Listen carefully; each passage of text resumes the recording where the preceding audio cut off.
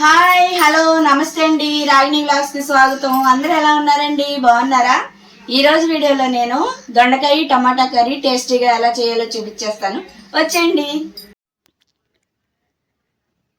దొండకాయలన్నీ నీళ్ళల్లో వేసేసుకుని నీట్గా కడిగేసుకోవాలి. దానికి జిగురు అది ఉంటుంది కాబట్టి నీట్గా చాకుతో ఒకసారి గీరేసుకుని కడిగేసుకుని అటు ఇటు ముచ్చుకులు తీసేసి అవి కూడా 2 సార్లు కడిగేసుకోవాలి. జిగురు ఉంటే పోతుంది. మనం కట్ చేసినప్పుడు చేతులకు కూడా జిగురు ఉంటుంది కదా, అలా అంటకుండా ఉంటుంది ముచ్చుకులు కట్ చేసి కడిగితే. ఇలాగ చిన్న చిన్న ముక్కలుగా కట్ చేసుకోవాలి. దానికి కావాల్సినవి 4-5 టమాటాలు తీసుకున్నాను, 2 పచ్చిమిర్చి, చిన్న ఉల్లిపాయ తీసుకున్నాను. మనకి ఎంత వీలైతే అంత చిన్నగా కట్ చేసుకోవాలి దొండకాయలు. అలాగే స్టవ్ వెలిగించుకుని కళాయి పెట్టుకుని ఆయిల్ వేసుకుని ఆయిల్ వేడెక్కాలి. ఆయిల్ వేడెక్కాక 1 స్పూన్ జీలకర్ర వేసుకోవాలి. నా వీడియో ఫస్ట్ టైం చూసినట్లయితే సబ్స్క్రైబ్ చేసుకోండి. ఈ వీడియో నచ్చితే ఒక్క లైక్ కొట్టండి. అలాగే మనం కట్ చేసి పెట్టుకున్న ఉల్లిపాయ పచ్చిమిర్చి కూడా అందులో వేసేసుకుని అవి కాస్త వేగనివ్వాలి. కాస్త పసుపు వేసుకోవాలి, 1/2 స్పూను. అవి వేగగానే మనం కట్ చేసి పెట్టుకున్న దొండకాయ ముక్కలు అందులో వేసేసుకోవాలి.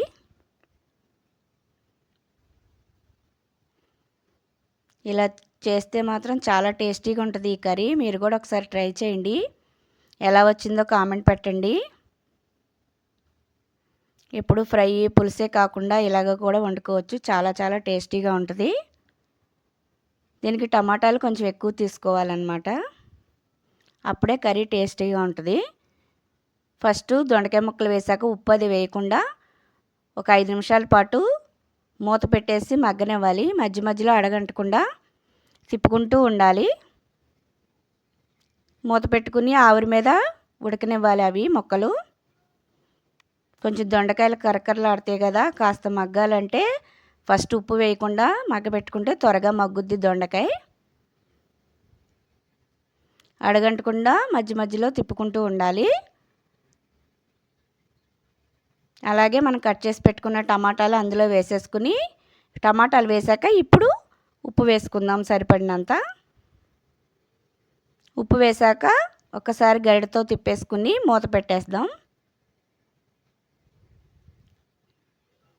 మూత పెట్టేసి మగ్గనివ్వాలి. మూత పెట్టుకుంటే టమాటాలు కూడా ఈజీగా మగ్గిపోతాయి.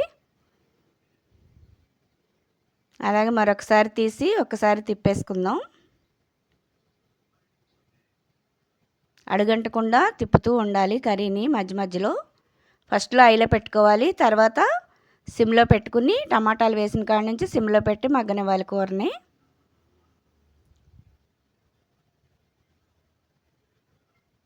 మళ్ళీ మూత పెట్టుకుని కాసేపు మగ్గనిచ్చి ఇప్పుడు దానికి సరిపడినంత కారం వేసుకుందాం.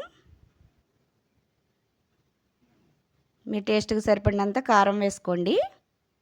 కారం వేసాక చిన్న టీ గ్లాస్తో వాటర్ పోయండి.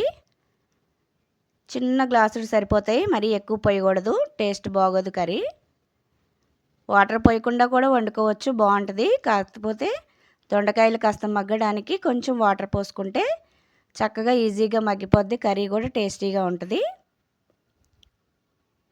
అలా ఆయిల్ తేలేంత వరకు కూడా కర్రీని దగ్గర పడనివ్వాలి.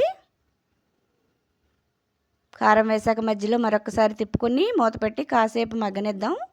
తర్వాత కొంచెం కరివేపాకు, కొత్తిమీర కూడా వేసుకుని ఆ కొత్తిమీర కరివేపాకు ఫ్లేవరు ఆ ముక్కలకి కర్రీకి పట్టడానికి కాసేపు ఒక 2 నిమిషాల పాటు మూత పెట్టి మగ్గనిద్దాం.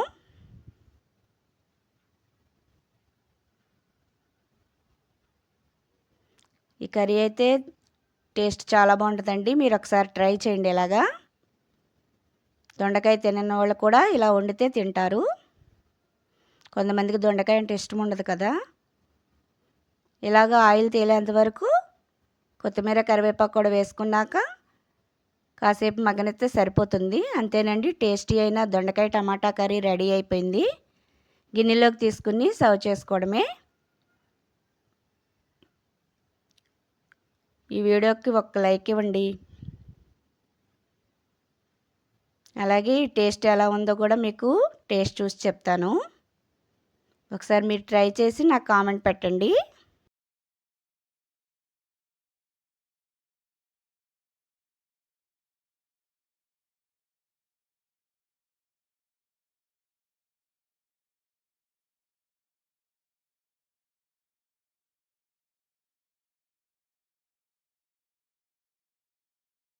ఈ వీడియో కనుక నచ్చితే లైక్ చేసి షేర్ చేసి సబ్స్క్రైబ్ చేయండి.